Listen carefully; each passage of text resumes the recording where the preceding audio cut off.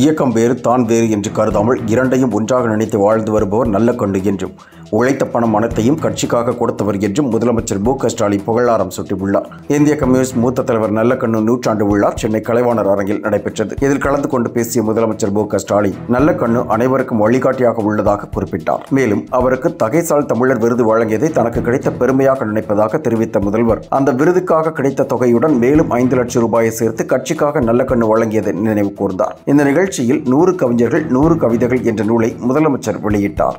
இயக்கம் வேறு தான் வேறு என்று கருதாமல் இரண்டையும் ஒன்றாக நினைத்து வாழ்ந்து வருபவர் நல்ல கண்ணு என்றும், உழைத்த பணம் அனைத்தையும் கட்சிக்காக கொடுத்தவர் என்றும் முதலமைச்சர் மு.க. ஸ்டாலின் புகழாரம் சூட்டியுள்ளார். இந்திய கம்யூனிஸ்ட் மூத்த தலைவர் நல்லக்கண்ணு நூற்றாண்டு விழா சென்னை கலைவாணர் அரங்கில் நடைபெற்றது. இதில் கலந்து கொண்டு பேசிய முதலமைச்சர் மு.க. ஸ்டாலின் நல்லக்கண்ணு அனைவருக்கும் வழிகாட்டியாக உள்ளதாக குறிப்பிட்டார். மேலும் அவருக்கு தகைசால் தமிழர் விருது வழங்கியதை தனக்கு கிடைத்த பெருமையாக நினைப்பதாக தெரிவித்த முதல்வர், அந்த விருதுக்காக கிடைத்த தொகையுடன் மேலும் 5 லட்சம் ரூபாயை சேர்த்து கட்சிக்காக நல்லக்கண்ணு வழங்கியதை நினைவு கூர்ந்தார். இந்த நிகழ்ச்சியில் 100 கவிஞர்கள் 100 கவிதைகள் என்ற நூலை முதலமைச்சர் வெளியிட்டார்.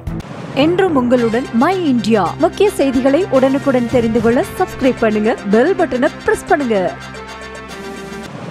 என்றும் உங்களுடன் மை இந்தியா.